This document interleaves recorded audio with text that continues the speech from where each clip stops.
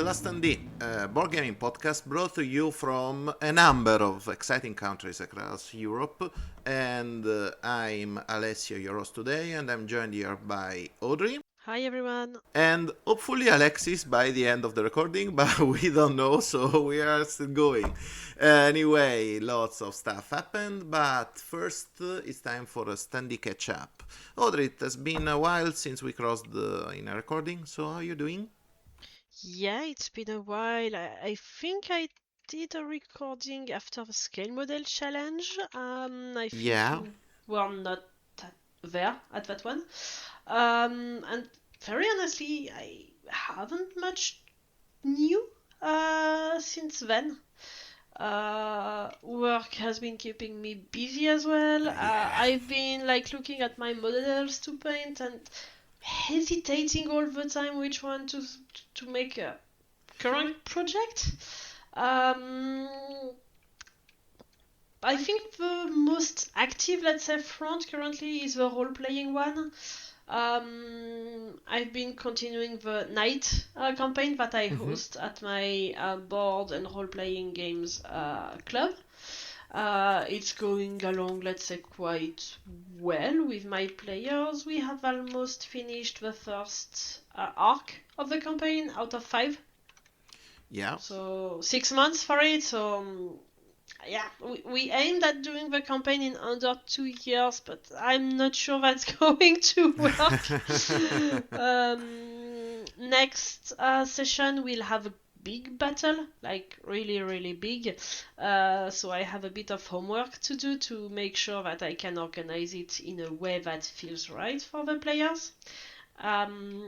I do have, it was an extra, an expansion, kind of, extra rulebook, which is about handling the battles. And as far as I heard from the other players and DMs, it can be,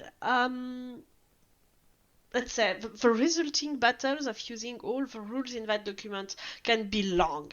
So I will try to avoid being that long and trying to find some kind of rules that make it okay. Yeah, yeah, I know. As a dungeon master, I think I just lost my 6 months group of Fabula Ultima and The Last Adventure because I botched the mess completely. Oh no. Yeah, oh no, it happens. Usually I'm glorious as a dungeon master, but in this case, I think I got it completely wrong. So I apologize to my group, but whatever. Yeah, I'm going to try to use, we have poker chips at the club, and use this on the map, because the little rulebook of battles came with maps.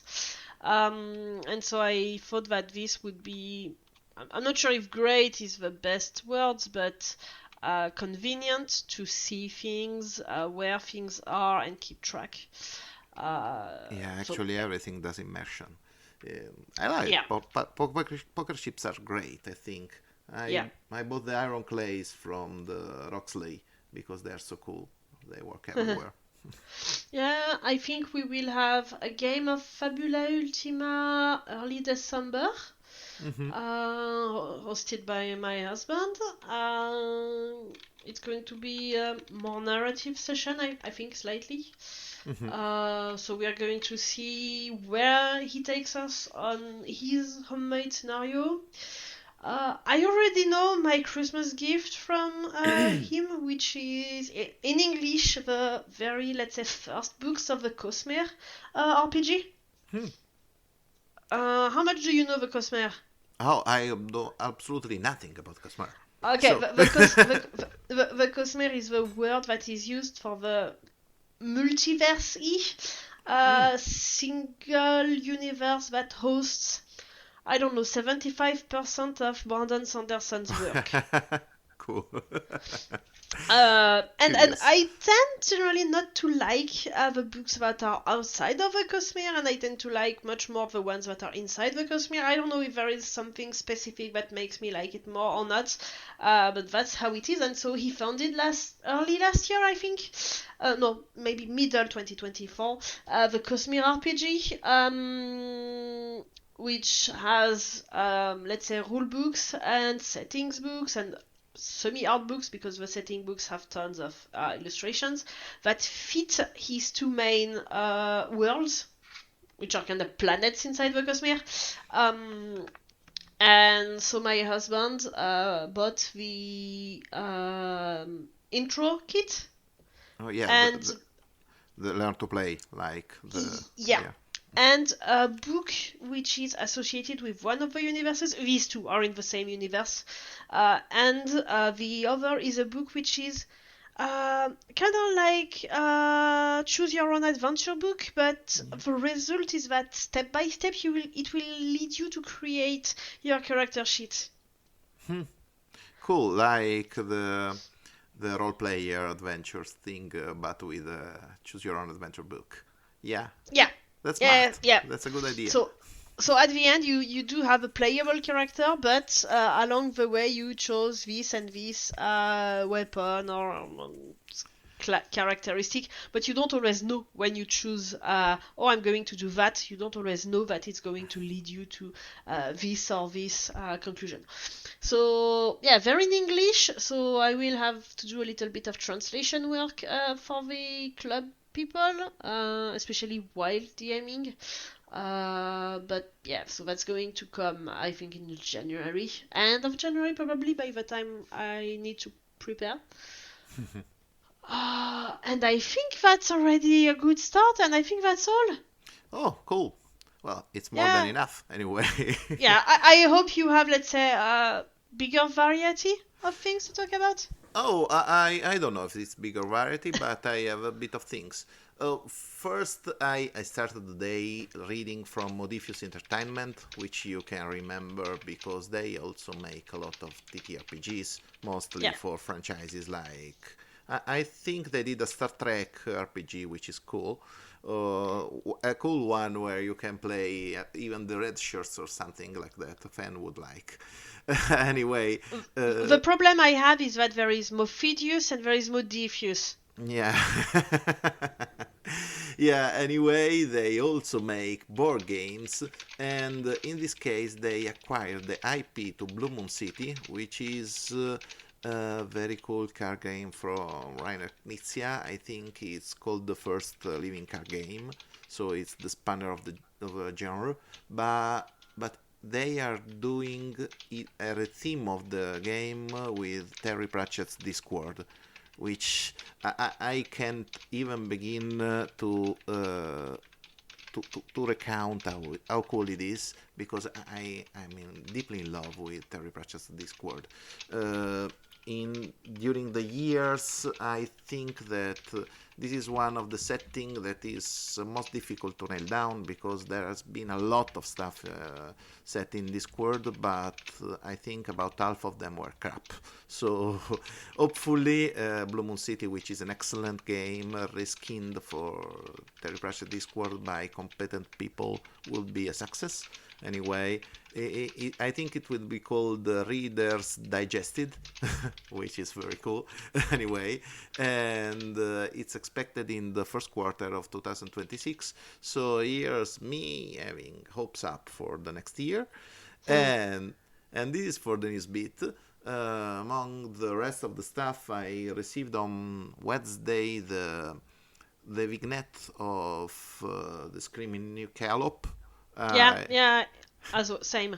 Yeah, it's. I have to say the presentation is extremely cool. The showdown is interesting. Actually, I think it plays. The vignette actually plays very fun, because there are quite a bit of things that should be tweaked on the Screaming Antelope, and the fact that grazing is now exploding, is now gobbling you up and turning. Don't spoil everything too much. Okay. Sorry about that. So it's cool. We will talk about it in some upcoming episode. And the vignette is cool. I don't know how it works integrated in the game, because I'm not there yet. But cool. And this is one. The other thing I received, it was like yesterday night, because the poor courier, good guy, came at 8:30 in the evening. So poor guy, really. Which And reminds me, I forgot to mention something. A yeah, few weekends please ago, do. I had Alexis home, and we did the Black Knight mini campaign, and Oh, we did a let's set up and try the Paria showdown. oh yeah. There's a lot to say about that. So I hope Yes. that Alexis will join us because the mini campaign would be Or, a cool or that topic. will be a topic for another episode. Yeah, or it would be. Yeah. Yeah, So he also wanted to try out the red witches, but they're semi-glued because I'm not sure I will be able to paint the capes and the yeah, under capes well red capes. if I glue them fully. So so we Yeah. did not try it. Yeah, now I have never been a good painter, but I struggle especially since I come from Citadel range of miniatures and Yeah. I use the only Citadel colors. This is an opinion of mine, so I don't know if it is actually something that rings true to expert people, but. I find that the range of yellows in Citadel miniatures are very great, but the range of reds is a mess to work with. Yeah. And this is kind of related to the Black Knight because it has a red preference, and for some reason I cannot have redheads in my survivors, in my KDM survivors because it's so difficult to paint red hairs with those colors. So Yeah. If you want to make gingers, yeah, not like go red, brown, but go brown. really ginger or orange brown. My advice would be to paint with a desaturated pink, Yeah. and then you find a yellow contrast paint or glaze paint, like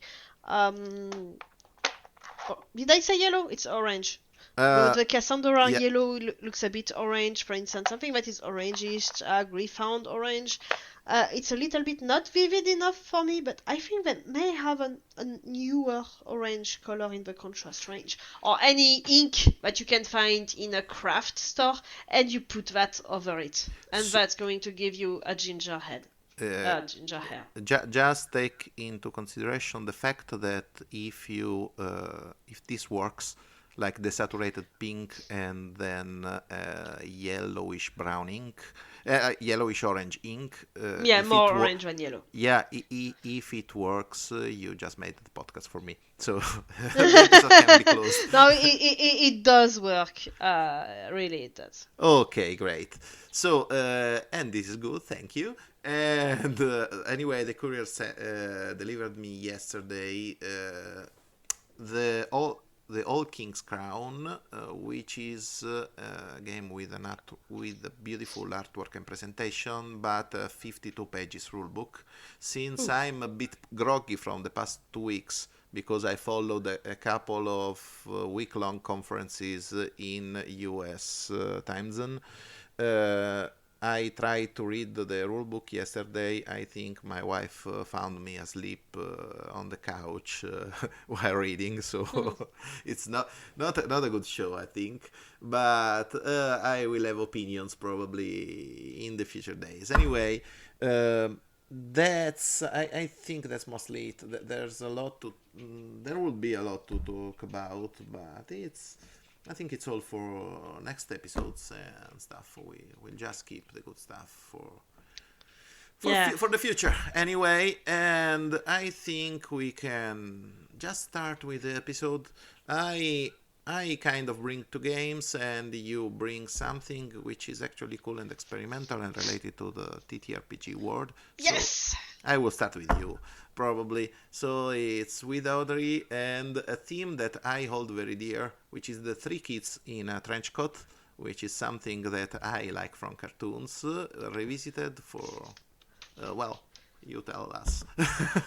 Yes, so the topic I bring today is a TTRPG which funded on GameFound, I think 2 or 3 weeks ago, by the time we are shooting, and it's called Trenchcoat Raccoons. So it's, let's say, it's a quick let's say, quick learning of the rules for this game that is to be expected, and the idea is to make it a very silly game, quite cartoon inspired. So there is a little bit of a soundtrack that is on YouTube. It's something like a 3-4 minutes video, but it feels like that ambience of cartoony detective infiltration, spies, things, which feels quite old school and cartoony at the same time. And so that's the idea of the game, is that each player plays a raccoon with, let's say, a specialty for doing heist. And the scenario is going to be a heist. The raccoons are all piled, doing a stack, and are wearing a trench coat. There is a page in the quick rule book which says that basically everyone in the universe is, let's say, gullible enough to think that this is a single person that they have in front of them. A single person that may act weirdly. Very weirdly. And so there are, I think, planned a few scenarios in the rule book, something like 5, the full one. And in the current quick one, there is just one. It takes a few pages, and you have like a setting, you have a list of antagonists, you have a few ideas of events that could interrupt the things that are happening, and you have raccoons know this, raccoons don't know this, because there is always a twist. There can be a description of the place where things are going to happen, so I used that to draw a map, and I played it at my club at the end of October, I think, because every end of month we have the soirée one shot, which is SOS RPG. Basically, it's like people come into a single room, DM say, oh, I have this to offer, and then players pick where they go. And when I said, okay, so you're going to do a heist, and you are 3 raccoons, and the problem is you have only 1 trench coat, everyone was laughing, but at the end, not many people wanted to try it, so I don't know. I had 3 players.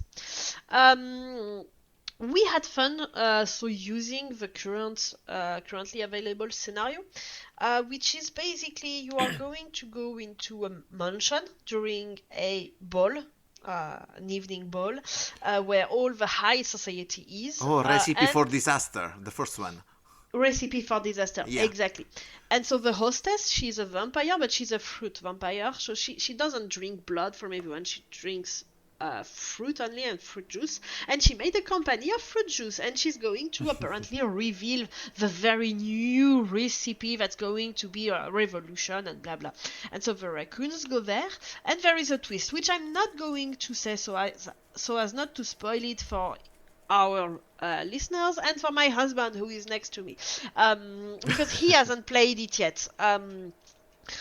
And so there is a twist, and you have different ways to enter the mansion, different ideas. Of course, my players pick everything that is not in the book, so it's a game where I think DMs have to be very quick to get ideas, to make troubles, to improvise, to invent an NPC. I had to invent NPC very quickly so I think that there are some I don't know, not necessarily games, but some companies that made decks that help you create NPC quickly, etc. I think that for people that don't have too much imagination, this could be a good base when preparing a scenario, to make sure that they have a few NPCs ready in just a few minutes, because it doesn't go deep into the descriptions. That's not the goal of the game. Now, how it plays. So as I said earlier, the raccoons make a stack in the trench coat.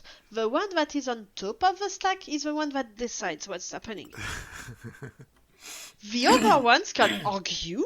They can say, no, I want to do this instead, but they cannot decide. The players can change positions in the stack. whenever they want. And only the one that is at the top has, let's say, something special. The one at the bottom doesn't really have anything special to bring. And so, when there is a decision that leads to a toss of dice, everyone will toss one dice, 1d6. Or maybe they have a special ability that says, in this special situation, you have 2 dice. It can happen. And then they will add some modifiers, depending on mostly if they already got some shinies from the heist. That's mostly it. And then the roll that was made from the raccoon at the top of the stack will be used as the main result. And the other ones, depending on how much they do total, it will be either a malus, a bonus, or something weird can happen. And that's where the magic happens, when something weird happens. Because, of course, you still described if the roll succeeded or failed. But then there is the chaos. The chaos, if someone failed badly, was inside the trench coat, they may say, no, actually, I go on the top and I do this because that's what I want to do and that's what happens when I fail a roll. It's basically the raccoons are... ADHD times 10 and they are fueled by it, and when something fails bad, they obey it. So they will go somewhere and pick food just because it's food, or pick, I don't know, a key because it's a key and it's shiny or something. And then it will keep them distracted for the rest of the heist. Yeah, this thing is extremely. I think it's the selling point because I see. First question I have to ask, but it's 4 people only. Exactly, 4 people player count, 3 players and 1 GM. Currently, yes, because there are only 3, let's say, specialties of raccoons available. But more were unlocked by stretch goals, so I think at the end there will be something like 9 different. But anyway, so then multiple of 3 players. Yeah. That will open to 4 players, for instance. And so, yeah. Our game was quite short. We took, I think, 2 hours and a half. So I think that can make it a quite good game for introductions to role-playing games. As well, because the rules are not complicated. You only have 1 type of dice. You have 1 specialty. That's it. So I think it can be used for introductions. But you need as well a little bit of imagination coupled with it. My phone is ringing. I think that's my delivery. Yeah, in the meantime, I'll ask a long-winded question so you can check for the phone. Yeah, go ahead. My husband picked the phone and he's going to handle the delivery, so all good. And my ringtone is Golden Wind, if anyone is asking. Okay, I'm reading the description page, which is my research for this topic, basically, and I'm checking what you said about failing and so on. There's the wild impulse of the raccoon to get a shiny. And that's where you fall in, and I think this is the selling point of the game, but it looks like it puts a bit of strain on the GM, because it looks like there is a lot to keep track of for the one describing the situation.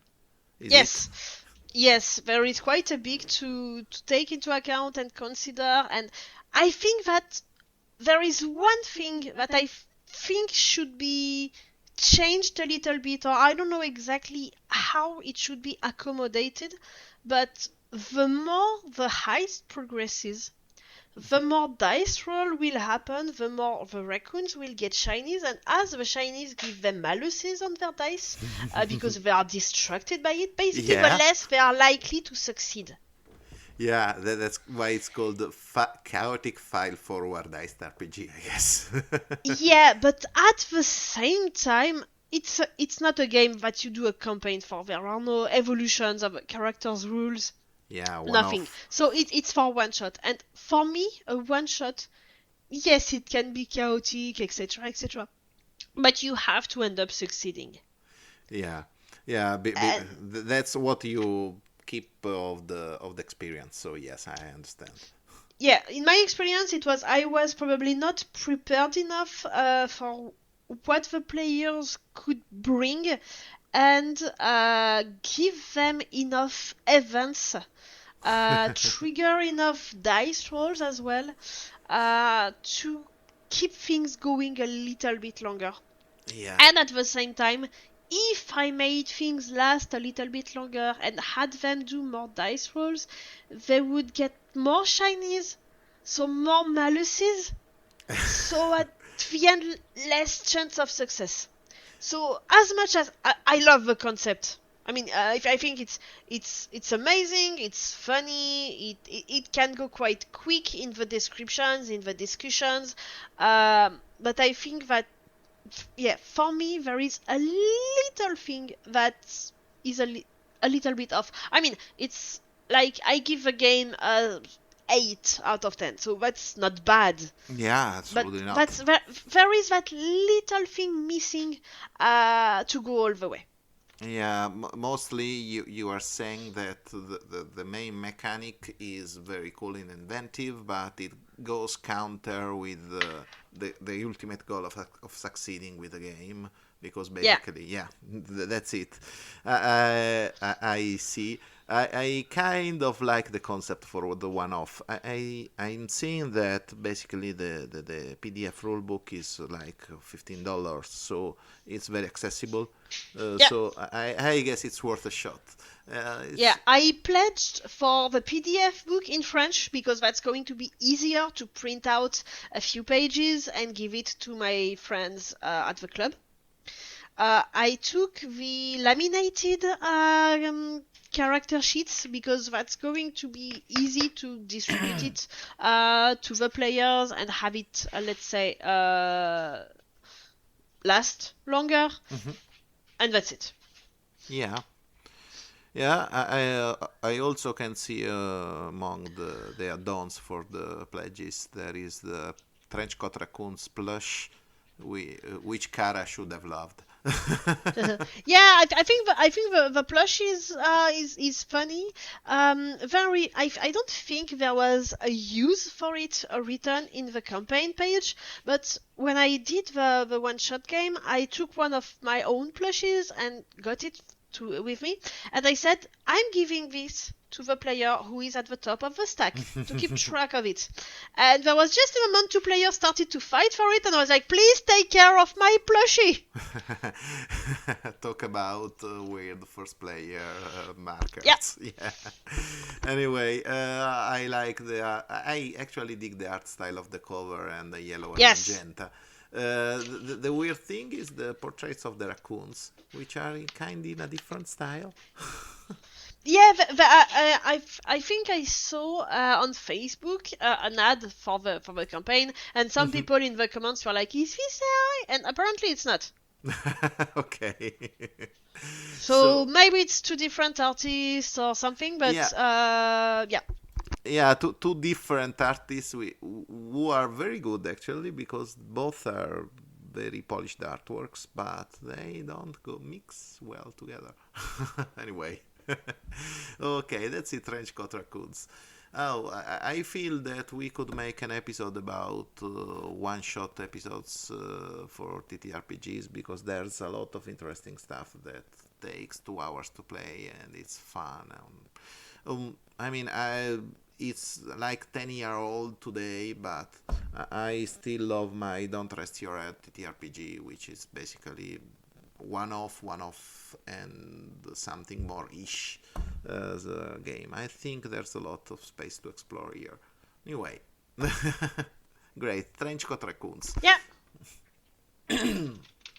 So, moving on? Yeah. Okay.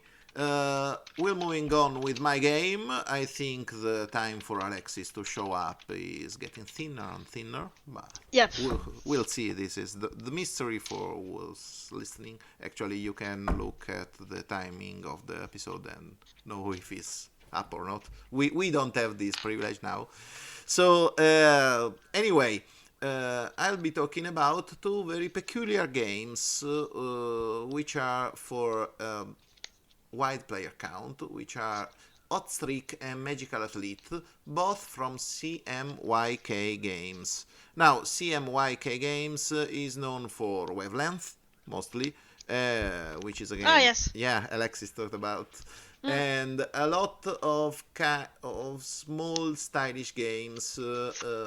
They made a collection of CMYK, actually cyan, magenta, yellow, and black card games, which are trick-taking games, which are kind of cool, but I didn't get them, so I don't know.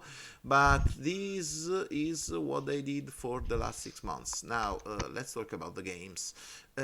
These are two racing games. I'll start with Hot Streak. Hot Streak is a racing game where you don't play as the racer, but you play as someone betting on the race. So it's a mascot race. You should see it in the website because the game presentation is glorious. Basically, you get this box like it was an action figure box where you see the 4 mascots, which are giant of dog, king, a human like king, and you get a big fish and a bear, so go bears, as you say, as they say, and they are like in an action figure packing, but on the other side, the playing mat, which is basically a football field, unrolls directly from the box, and you play right there. The miniatures are silly big and pre-painted, like a toy, basically, and this is the game. You have these mascots on their own track on this football field, and they need to reach the end. And all players bet on who is going to get first there. Now, the cool part about the game is that the race is a complete mess of events. You have an event deck, you pick... you basically take the full deck and you set aside some cards. 1 per player, which gets mixed there, and these are the cards that are secrets, meaning that if you are playing in 6 people, you are basically taking 12 cards which are for everyone to see, so 12 events that you know will happen. So you will know that, for instance, at some point the mascot on one track will cross another track and make someone fall, someone will stumble, and weird stuff will happen during the race. But you have every player has one single card they will look, and only they will look, and that will be played together with the others, meaning that with the knowledge of the most of the events that will happen plus one event that you and only you know, you have to choose your racer and bet on it. The cool part is then all cards get mixed together, so you don't know the order in which stuff happens, and this is a key part because basically there will be, for instance, at some point you'll know that the hot dog will just stand up, get rid of all maluses he accumulated, and then will start running. And if you, this is usually the card that makes you win if it's drawn by middle end of the race. But if you draw at the start, it's basically completely dud, meaning that the game is open to wild bets and stuff, and after that, after you stopped betting, you shuffled, you just resolve everything and you play until the mascots get to the finish line, and this is it. The game is kind of silly this way. Of course, I cannot even begin to describe how chaotic it gets to play on it. I played it with people who is usually very controlled and composed, and they just start screaming and yelling and swearing. This game brings... I think this is the most correct horse race simulator for the point of view of the better than there is. This is... Yeah, Yeah. From what you say, I feel like the rules, they are how they are, and they are, let's say, simple and Yeah. streamlined enough. And it's not the rules themselves that bring the chaos. It's everything that's around. Yeah, of course, it's completely chaotic and it begs to be played. It's two to 9+ players, meaning that actually you can have any number of players, but I think the sweet spot is 6 or 7, mostly because you'll need to have a wide. To be able to play it, because anyway there are always 4 mascots, but you have any number of betters. The problem is that as long as you are able to infer something from the chaos, you get involved in the game. But when you either know that the number of players is so large that basically the one card they know is basically all the events, you have the cool part of the game is that you kind of think you can control it if things go just that right way. If you have to give up that assumption from the beginning, the game is not fun, because basically everything happens in a completely messy order. So the game is designed by Fred Perry, who is the guy behind Airland and Sea, which means it's the guy behind the concept of Marvel Snap, because Ireland and Sea is basically the game that You talked inspired about yeah, it. exactly. and also the guy behind Spots, which is a game about putting spots on Dalmatians with dice, black and white dice, and it's a very cool game. He's a genius in this stuff, and I think that the game needs exactly this kind of number of players, because less than 6 and you don't have enough variants to be interested. More than 8 and the game is so utterly chaos that you wouldn't even have fun. The cool part happens when you think you have the card that changes everything for everyone, and that doesn't happen. When that doesn't happen, you see people fumble, you see people yell, you see people swear. So I know that for one specific game we regret to bring kids with us. So this is it. It's a very fun game with I think very low strategic value, but a lot of possible fun, unless your players take it too seriously. I think I have troubles in general with party games, Yeah. like Hidden Rules. Well, Shadowhunter is fine, but I tried a few other ones which I did not vibe with it. And yeah, in general, I don't understand this. My husband, he got for the club a game which is with spies, and there is a bomb and cards in red and blue, and you make 2 groups and they have to exchange hostages or something, and I was like, yeah, what? But I think this could be a party game I could enjoy. Yeah, mostly that's exactly what you said. Party games are in a weird spot. They aren't really they are yeah, you aren't really playing for a real game, structured game, because it's impossible to keep structure with a lot of players. The downtime will be impossible to handle and whatever. There are games who do this kind of well, but they are really games and not party games like Secret Hitler or whatever. And there are these kind of games where you just embrace the chaos. I think this is the winning move in this case, because you can control anything, so you can just roll with it. You have a bit of decision making also in placing a small bet, which doesn't put you off by a lot if you lose, or a high bet, which can basically make you win but puts you far behind if you're losing. Like you have I don't remember if $5 or $15 to start, but after 3 games or so you can end up with way less. So this is cool. The only negative part of the game is possibly the price point, which is around 45 euros or dollars, depending. There is you can import from Zatu Games, meaning that you have a bit of taxes to pay on top of that, but not a lot. Otherwise, this is just for US market.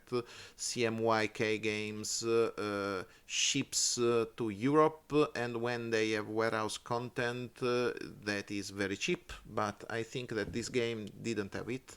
Anyway, a reprint is in order for, I think, November, so basically this month. It's not yet there, though. I mean that the price point is a negative just because the game, the production value is there, so the game is worth that amount of money. The problem is that you are paying $45 for something that you could play rarely, and when you play it, the wrong crowd could probably make it a mess. Could not enjoy That's starting to be pricey for a party game. Yeah, exactly. Starting to be pricey for a party game. Meaning that I recommend it because I had a blast with it, and it's something that I can see myself playing this New Year's Eve. When there's a lot of people scrambling around, someone tipsy, and you have to play something, have fun, don't worry too much. This is clear visual, easily played, plays directly out from the box. People easy know when you start taking out the game because it's beautiful, and so this is what you get. Just take pros and cons at face value and be happy with it, I guess. Yeah. The other game I would be talking about is another race game, is another silly race game, and it's Magical Athlete. Magical Athlete is kind of different and similar, meaning that it's a 2-6 player games. It is played on a board with weird athletes that you draft, and it's actually a 20-year-old games from Takashi Shida, but it was redesigned in this edition this year by Richard Garfield, the guy from Magic the Gathering and Netrunner and Droid Netrunner.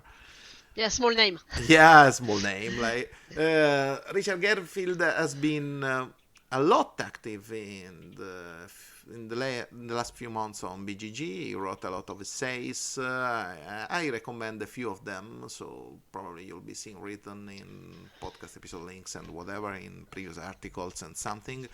And Richard Garfield wrote a lot, and he's a designer who has a philosophy that I like a lot. Now, Mr. Garfield has probably his way of saying this, but I think he doesn't care a lot about balance. He just says that a game should be balanced just to allow people to play and to think that they have a shot at winning. Besides that, to hell with balance, because the game must be fun. I think that, I don't know, the very starting days of Magic the Gathering, you had like this weird bunch of people who played for ante, meaning that they just took out one card from their deck and set it up for the other player to win if they won the game. I think nobody played seriously this kind of game, but there was a wide range of cards that leveraged this mechanic, and those cards, apart from, I think it was Demonic Attorney, these cards were a lot of fun. So I think that this is the same philosophy behind Richard Garfield at all, and this game is exactly that. Now, Magical Athlete is a race game like the Goose Game, meaning that you have this board. This board is two-sided. It has a wild side and a mild side, and you have to compete over 4 races by drafting 4 different racers from a big pool. Basically, the pool is very big. I don't remember how many they are, but they are a lot, and I need to take out the board. I would need to take out the board game, and I don't feel like that. So sorry. That's all right. It's a big pool of racers, and you have to draft them. And after that, you place the racer there, and they play by rolling 1d6 and moving. It's roll and move. The thing is that each racer has a special power. For instance, the most iconic, I think, is the banana. The banana is a racer. Just look at the artwork because it's something crazy out of this world. It works, but it's crazy, completely crazy. And the banana is when a racer surpasses it slips and falls, it trips. So, which means lost turn, basically. There is the mouth, which is basically player elimination, meaning that if the mouth ends the turn in the same spot as one other racer and only one other racer, it eats it. So there are superpowers. There is I don't remember the name, the average Joe, which is the underdog, who is one who gets in place at the end of the race, can get to can bring another player at the spots, which could backfire if it's play at the beginning of the race. So the race can be chaotic, and especially the racers are not equally powerful. There are extremely powerful racers, there are conditionally powerful racers, there are objectively crappy racers unless they are playing a specific race. The game is a mess. You draft 4 racers and you compete in 4 races, where the first one is the least worth points, and the last one is the one yielding most points, meaning that everyone can be in play for the duration of the 4 races. And you make this draft, you try to pick and counter pick stuff, and then you play blind the racer for each race. The game is surprisingly strategic, meaning that once you drafted, you have just to play 4 races, 2 on the mild side and 2 on the wild side, and it's kind of straightforward and plays very fast, and there's a lot to laugh in the interactions between players and racers. The races are like 5 minutes long, so meaning that once you start, you are in for a quick finish. The game is surprisingly strategic, because if you counter pick it correctly, actually you can come up on top. I don't know if this is a positive or a negative, because like Hot Streak, this game revels in chaos, meaning that the word combination and doing the bad draft in a game is something that makes you actually have a good laugh, because your player will trip at all times. It will end up last after being first. It will get eaten, because basically getting gobbled up, it was the nightmare of our games. All chaos ensues, and I think that it's funnier when you got it wrong. So this is the cool part about it. The problem is that I played in a group who strategizes a lot. And this means that there were people very invested in these picks and counter picks, and they had hell deciding the first race. The first race is the one which matters least, and the real problem is that you drafted 4 racers, and if you put the wrong racers in that first race, you won't have it for the future races. So Yeah. people who takes this too seriously are actually ruining the game for themselves. So basically, what to say about this? I think this game is deeper than Hot Streak. Of course, we are talking about two very light games, and Magical Athlete is yields some strategic considerations that could be appreciated, meaning that someone who likes to have a bit of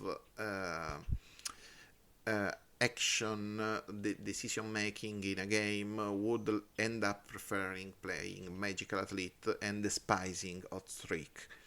The problem is that the game is still a bit shallow because you are supposed to not have full information about everything, and anyway the development of the race is full randomness.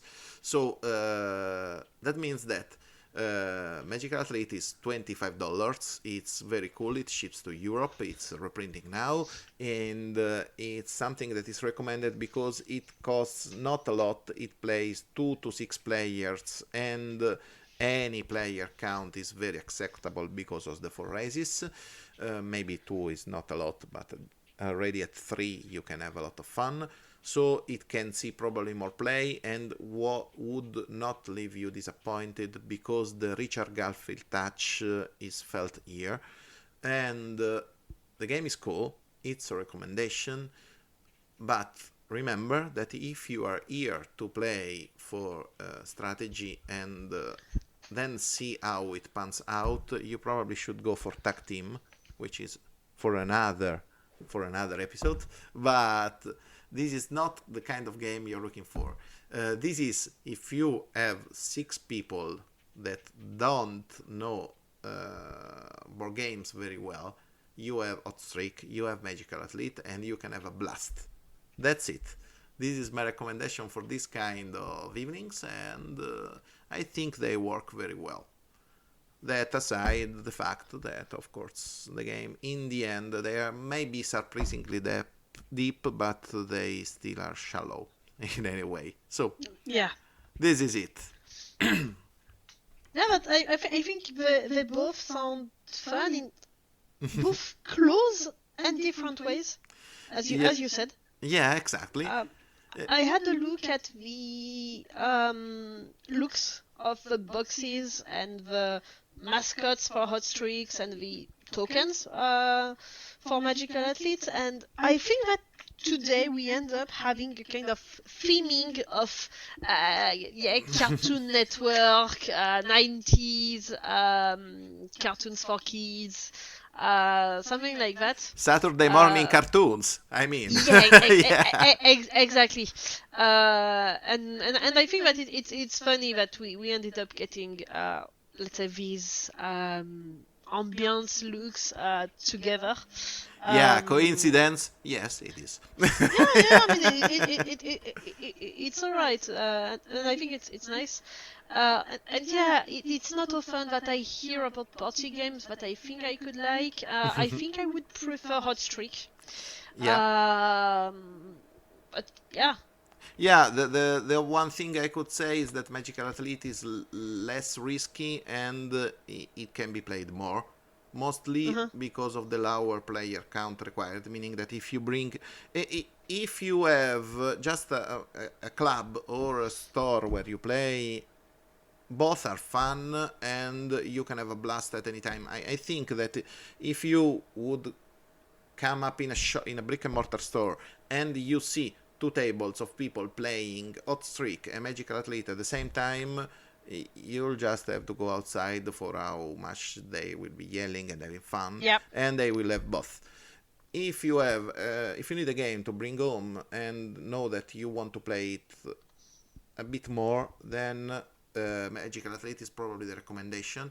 If you want something that is catchy, flashing, and you don't care how many times you will play it, but when you play it, it will probably be memorable, except with the wrong kind of players.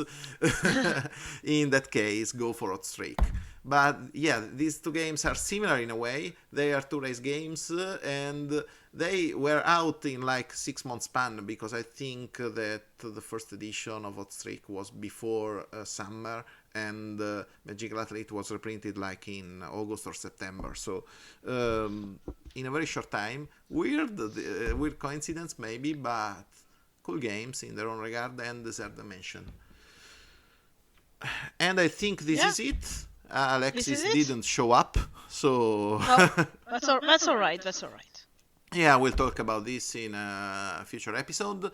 And this is all for today. We have been the Last Standee. You can catch us up on patreon.com/The Last Standee, or on Discord or any other channel, or ask questions. So you find us anywhere. I think Audrey is a lot on Discord, and you can find me on BGG. And for